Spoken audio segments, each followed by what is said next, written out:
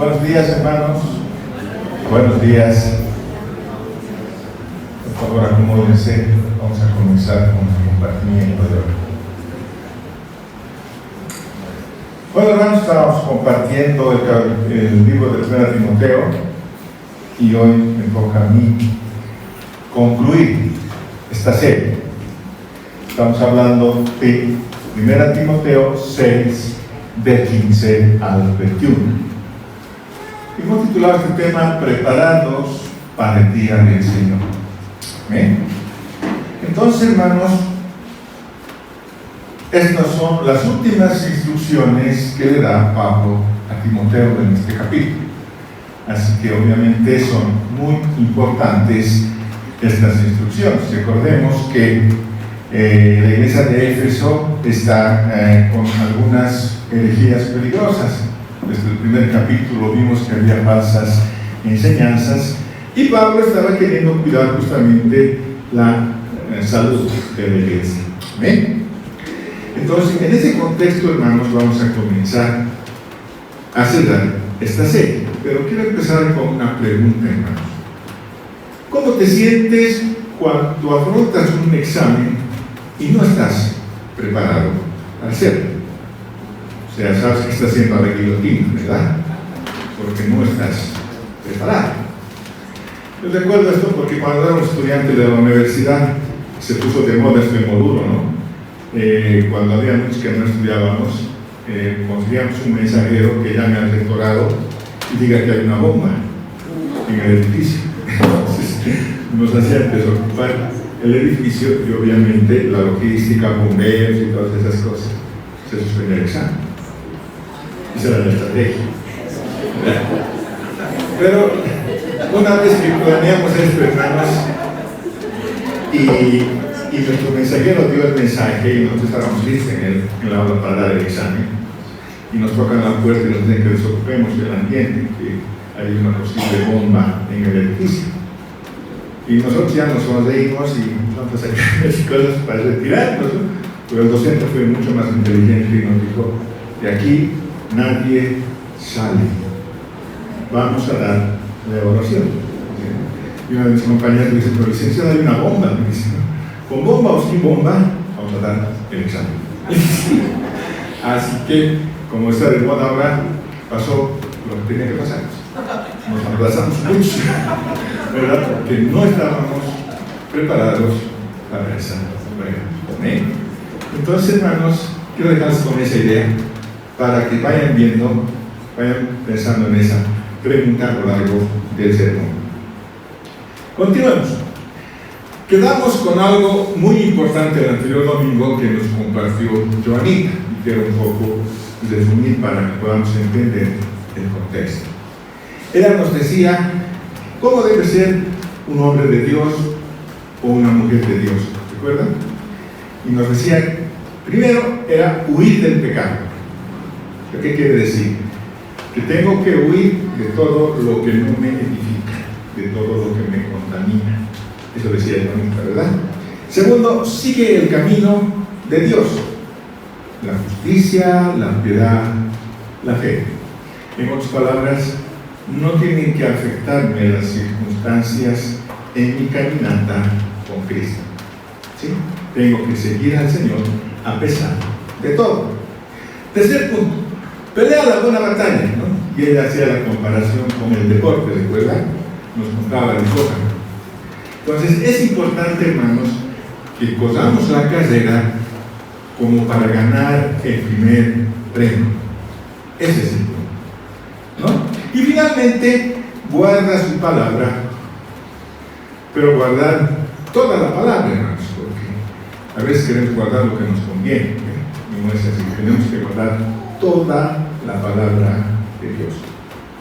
Bueno, con ese énfasis, hermanos, vamos a leer el texto de hoy, que es 1 Timoteo 6, 15 al 21.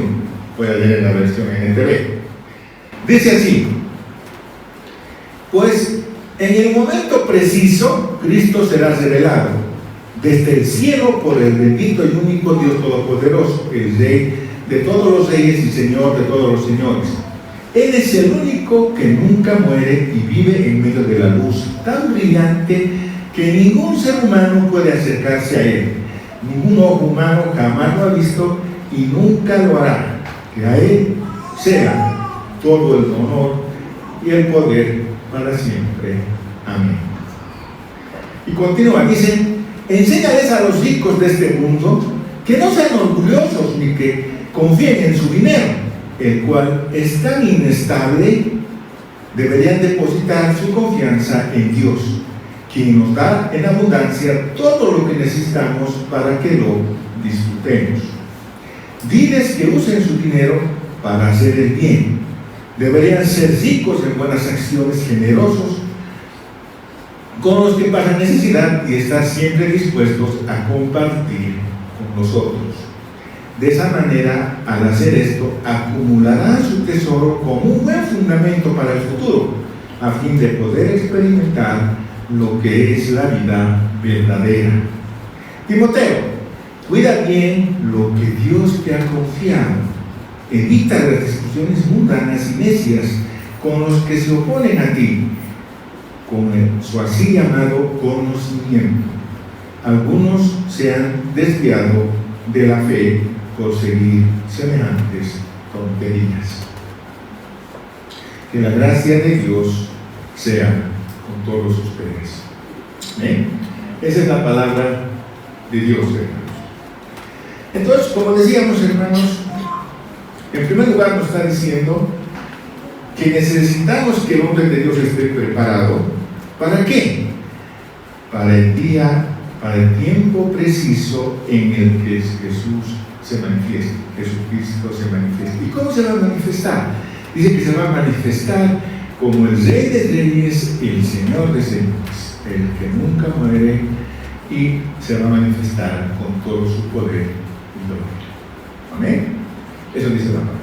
Entonces, Pablo está diciendo a Timoteo que tenemos que prepararnos para ese tiempo. Ahora, continuemos. Hay dos puntos más. Dice: confía en Dios y no en la riqueza. Miren, hay un billete de dólar donde dice: en Dios confiamos. Qué interesante, ¿no? El mismo dinero dice: en Dios confiamos.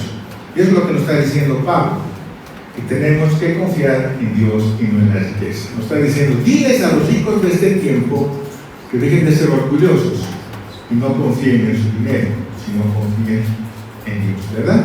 Ahora, ¿qué características tenía el rico en ese tiempo? Y también en este tiempo es igual, ¿no? Orgulloso, altivo, egoísta, arrogante y confía obviamente en sus bienes, ¿no? Eso también sucede ahora. Tengamos en cuenta que en Éfeso en ese tiempo había una población de judíos, griegos y romanos. Y era una localidad con bastante comercio. Entonces había gente rica, gente comerciante y esclavos. O sea, quiere decir que estaban muy marcadas las clases sociales. Culturalmente, los griegos ricos les gustaba mostrar sus riquezas. O sea, pueden imaginar que usaban seguramente joyas, pendientes, qué sé yo, para ostentar su riqueza, ¿no? Entonces, eso sucedía en Éfeso, y por eso le está diciendo a él que dejen de ser orgullosos los ricos. Ahora, vengamos a este tiempo, hermanos. Este tiempo también hay situaciones similares, ¿verdad? Los ricos son también en ese estilo, es decir, que manteniendo después de tantos años, siguen con la misma situación. Y vamos a dar un ejemplo. Vamos a hablar de Steve Jobs, que ustedes lo deben conocer. Es un millonario, un magnate empresarial americano, pero que ya falleció, ¿no? Y este amigo era fundador y presidente de Apple, de las computadoras, ¿verdad? Y era uno de los mayores accionistas de Walt Disney Company. Entonces realmente acumuló bastante dinero. Y lamentablemente le dio cáncer de páncreas y falleció con esta enfermedad. Y él, en su lecho de muerte, ¿saben qué dijo, hermanos? Que ni todo el dinero que había acumulado podía comprar su salud.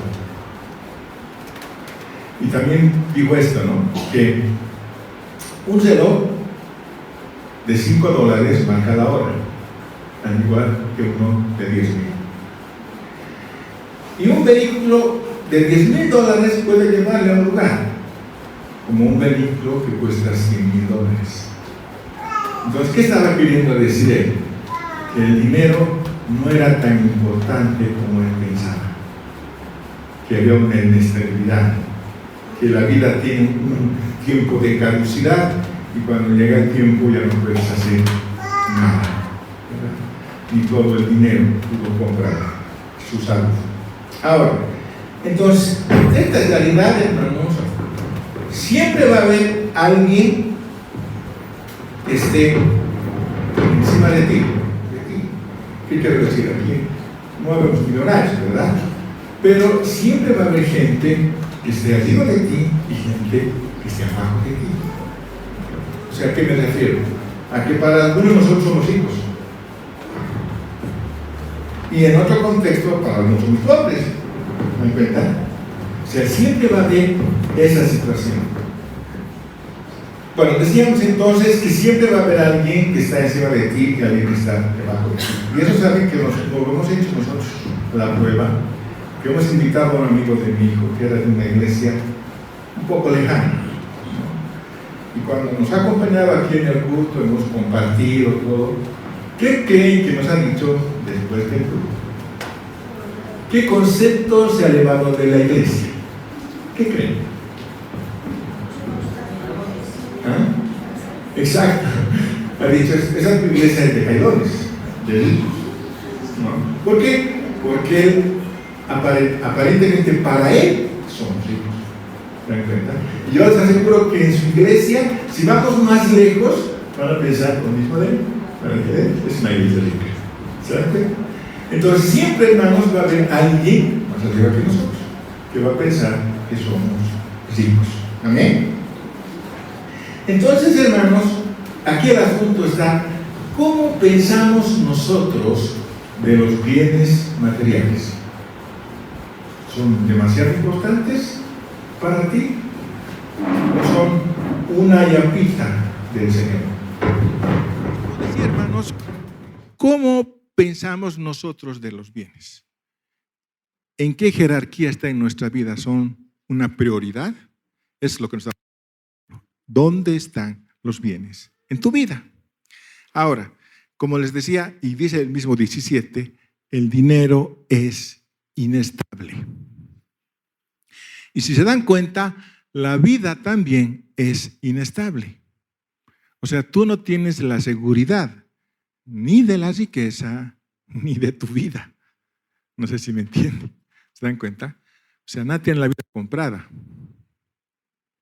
Hoy puedes estar, mañana ya no. No sabemos. Yo les digo esto porque cuando estaba en Potosí conocimos a una, bueno, no lo conocimos, nos comentaron de una familia pudiente que eran cooperativas mineros y tenían un solo hijo. Por alguna situación de salud de la esposa, no pudieron tener más hijos. Pero como se darán cuenta, el hijo era el rey, porque era el único, ¿no? Y cuando cumplió 15 años, les regalaron un auto.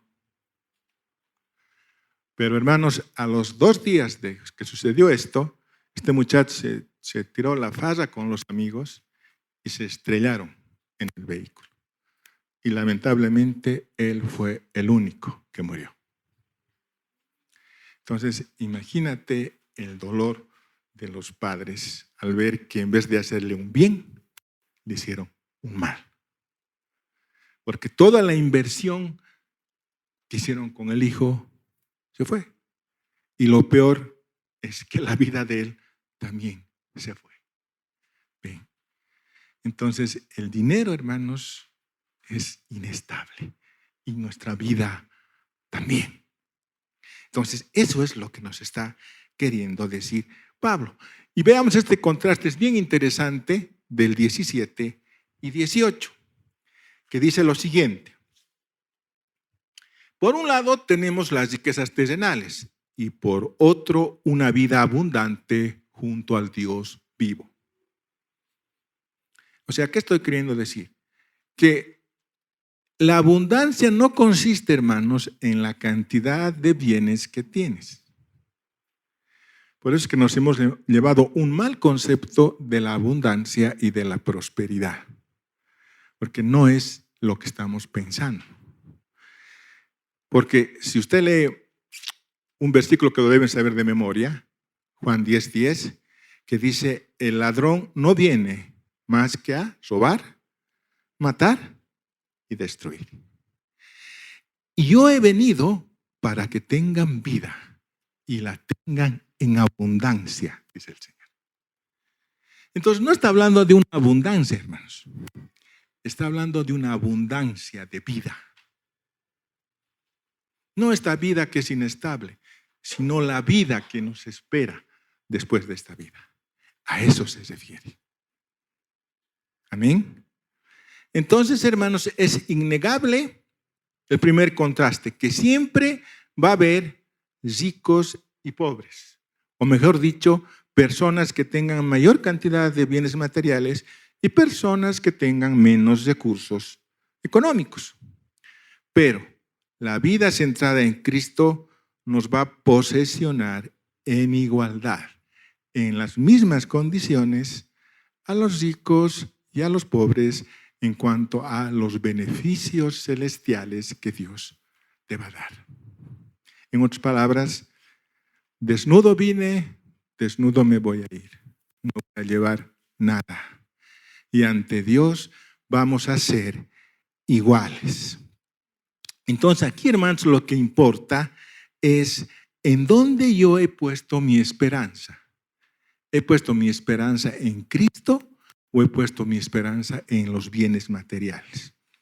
Y aquí hay algo que tiene que llamarnos la atención, a no perder el foco de nuestra fe, que está basada en las cosas eternas. No está basada en las cosas inestables, sino en las cosas eternas. Entonces, hermanos, el desafío es saber si a pesar de que tú tienes riquezas,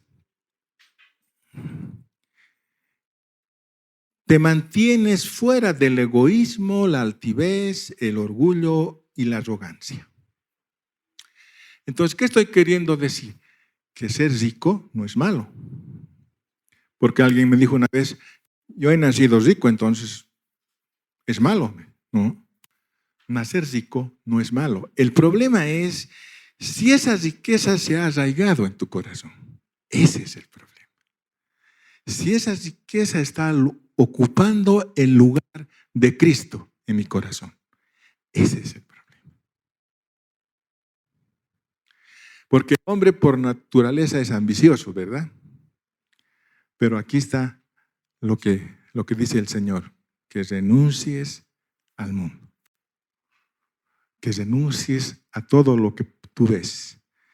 En otras palabras, como decíamos, a ver las cosas con los ojos de Dios. Segundo contraste. ¿Qué vemos? Es la verdadera acumulación de riqueza basada en una vida piadosa. Entonces estamos hablando de una manera de vivir contraria a al primer contraste, ¿no? Que yo voy a vivir según la riqueza. Aquí vamos a hablar de lo contrario. Entonces, ¿cómo debe ser el rico? En buenas obras, haciendo el bien, siendo generosos, desprendidos y dadivosos. Esa es la verdadera riqueza que se dedica en dar, no en recibir. ¿No? Y tenemos un ejemplo grande en Cristo, hermanos, porque Él ha venido a dar su vida por nosotros. No ha venido a disfrutar de riquezas, ha venido a dar su vida. El Dios hecho carne vino a dar su vida. Hasta ahora, hermanos, no me creo digno de aceptar ese sacrificio, pero el Señor quiso hacerlo por amor. Ese es el ejemplo, hermanos. Entonces, Él no vino a este mundo, hermanos, a disfrutar la riqueza, porque podía hacerlo, ¿no es cierto? Porque era dueño de todo. Pero esa no era la intención. Y los judíos estaban esperando eso, ¿no? Un rey que se manifieste con todo su poder, toda su riqueza. No estaban esperando una simple persona como vino, como un simple hombre. ¿Entendemos, hermanos? Entonces, ese es el punto. Entonces, la salvación consiste en poner nuestra esperanza en Jesucristo. Y entendiendo estos contrastes, podemos entender lo que dice Hechos 20:35. Bienaventurado es dar, que es recibir.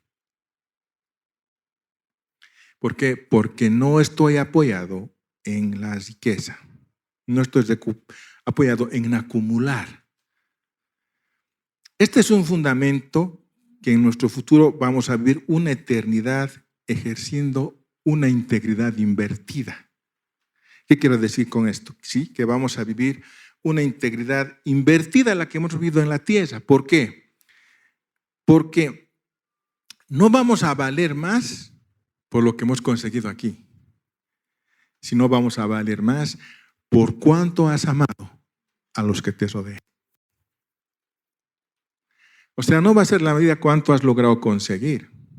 Y eso lo ha dicho Steve Jobs, ¿no? No vale a cuánto has conseguido. Lo que vale es a cuántos has amado a los que te rodean. Entonces, hermanos, esos son los dos puntos del contraste. Ahora, cuando todos los ricos de este mundo vayan al siguiente paso en la vida futura que Dios nos dice, como decía, va a haber una situación inversa. Los ricos que están ahora seguramente allá van a ser pobres. Y los pobres que están aquí, allá van a ser ricos. Va a haber una situación inversa, ¿verdad? Pero no es porque, como digo, porque ser rico sea malo, sino porque no hemos sabido aceptar los conceptos que nos ha enseñado el Señor. Entender que la riqueza no es importante para mi vida, sino es el Señor, es importante para mi vida. Y si se dan cuenta, el dinero juega un papel muy importante en la vida.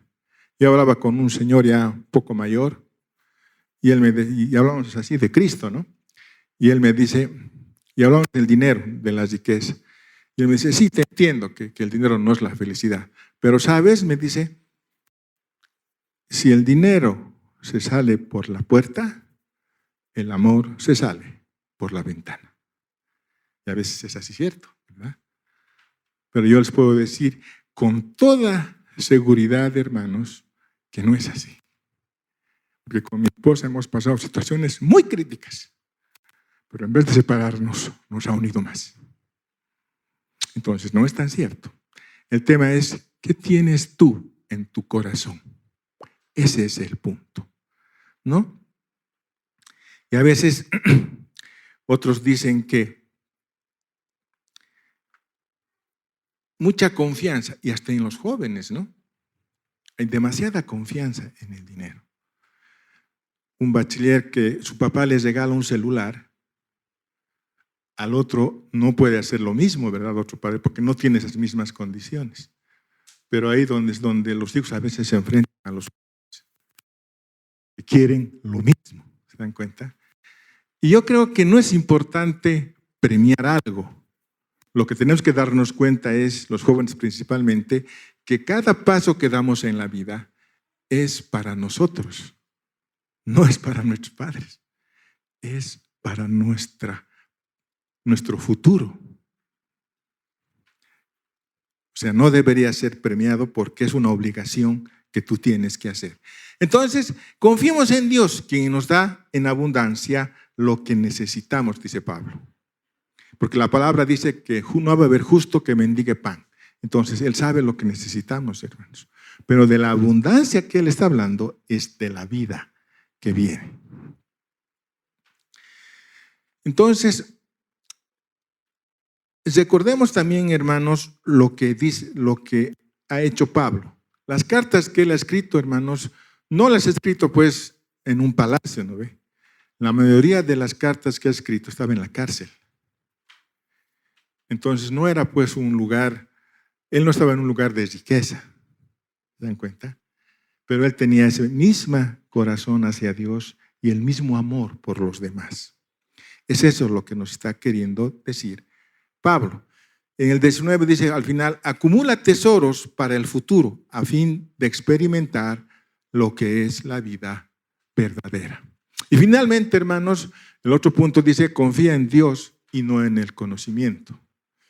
El versículo 20 dice, cuida bien lo que Dios te entregó. ¿Qué te ha entregado Dios, hermanos?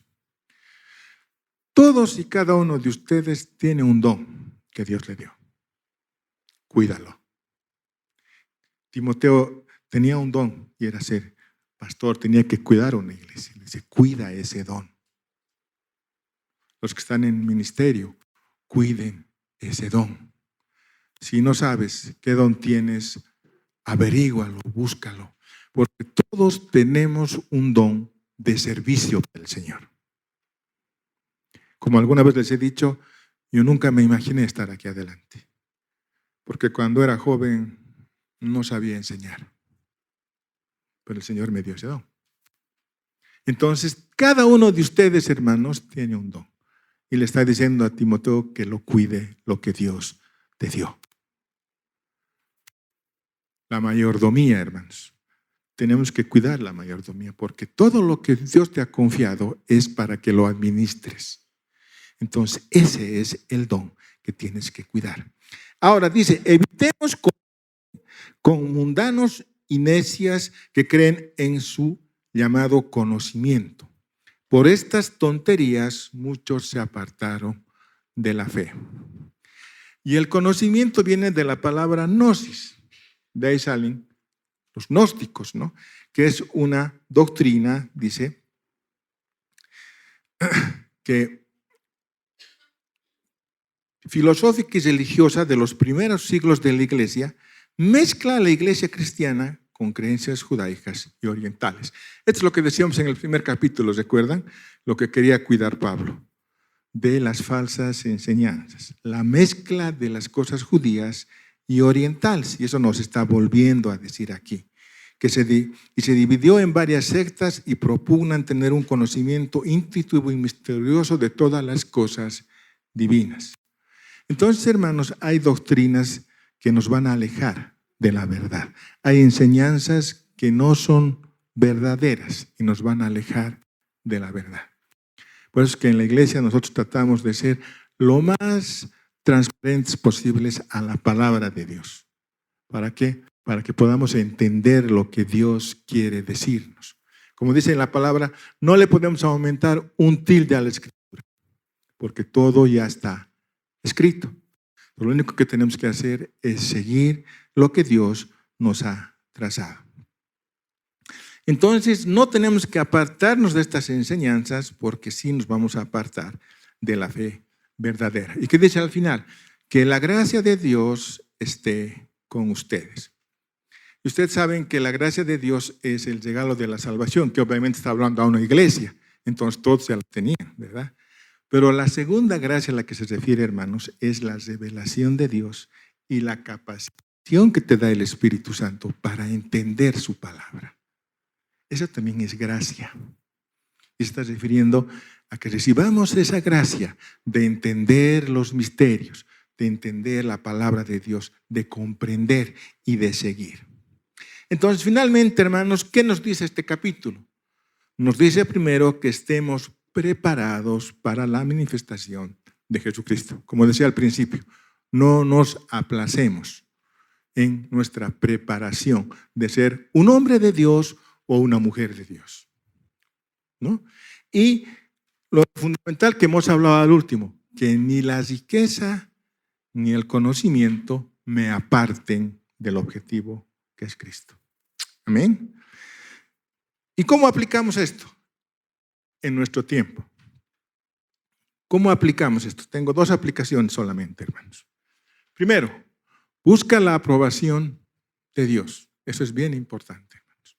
Busquemos la aprobación de Dios, no de los hombres. La aprobación de Dios es mucho más importante. ¿Qué quiero decir? Que nadie me aparte aparte del objetivo principal, de la meta. Nada me aparte. Y nos ha aclarado el Señor, nos ha aclarado Pablo, que nos puede apartar la riqueza y el conocimiento. Nos pueden apartar de la verdad. Entonces, que no me aparte ni la riqueza ni el conocimiento. Compartamos lo que necesitamos, lo que necesita la gente, ¿no? Esto les digo porque qué lindo es compartir lo que tienes con los que necesitan. No les digo algo de mi experiencia como les contó Cheli en Toro Toro. O sea, fuimos en el momento exacto donde la gente tenía necesidad, donde vimos con gozo a la gente regocijarse con el alimento que llevamos, ¿no? Porque tenían un tiempo de necesidad, ¿no? ¿Y cómo creen que nos miraron a nosotros? Se ha puesto que han pensado que somos ricos, ¿verdad? Porque hemos llevado alimento. No somos ricos, hermanos. Amén. Ese es el punto que el Señor quiere. Que tengas mucho o tengas poco, compartas con los que no tienen. Amén. Y el segundo, depositar toda mi confianza en Dios. Depositar toda mi confianza en Dios. Sabemos que nuestro país está en crisis, hermanos. Y no solo nuestro país, el mundo está en crisis. Entonces, como ven, los gobiernos, los dólares, todo es inestable. Todo es inestable. Entonces, ¿cuál va a ser mi seguridad? Descansar en Cristo. ¿Por qué? Porque Él va a ser mi fortaleza, mi sustento, mi provisión y Él me va a guardar de todo mal. Amén. Entonces, hermanos, ese es el punto de esta mañana, del final de nuestra serie. Que seamos hombres y mujeres aprobados por Dios. Porque como os decía, no sabemos si mañana vamos a estar aquí. No sabemos. Pero sí lo que sabemos es que tenemos que estar preparados. Tenemos que renunciar al mundo. O como decía al principio, a veces somos agentes 007, ¿verdad? Somos agentes secretos. Solamente en la iglesia somos cristianos. Después afuera nadie sabe que somos cristianos, ¿verdad? Entonces, hermanos, eso es lo que tenemos que ver. Ser un testimonio afuera, adentro, donde sea. Y ver que seamos hombres y mujeres de Dios preparados para la venida de nuestro Salvador. Amén. Oremos, hermanos. Bendito Padre, queremos darte gracias por esta mañana, por tu palabra, Padre. Queremos que, Señor, nos ayudes a caminar contigo. Nos ayudes a alejarnos del pecado. Nos ayudes a vivir una vida agradable a ti. Queremos que tengas complacencia con nuestra vida, Padre. Bendito Dios, ayúdanos, Señor, a compartir toda la bendición que nos has dado. Ayúdanos a dar a los que necesitan, Padre. Ayúdanos a ser un testimonio fiel tuyo, Padre, y a caminar cada día contigo, bendito Dios. Te damos gracias en esta mañana por tu palabra y por cada vida que está en este lugar y por cada familia que representa cada vida, Padre. Principalmente las personas que no te conocen y que las amamos, Padre. Queremos que tu revelación llegue a sus corazones, bendito Dios. Queremos agradecer por entregarte la iglesia, Señor, porque es tu obra, y darte gracias siempre por toda tu bendición y toda tu provisión. En el nombre de Jesús.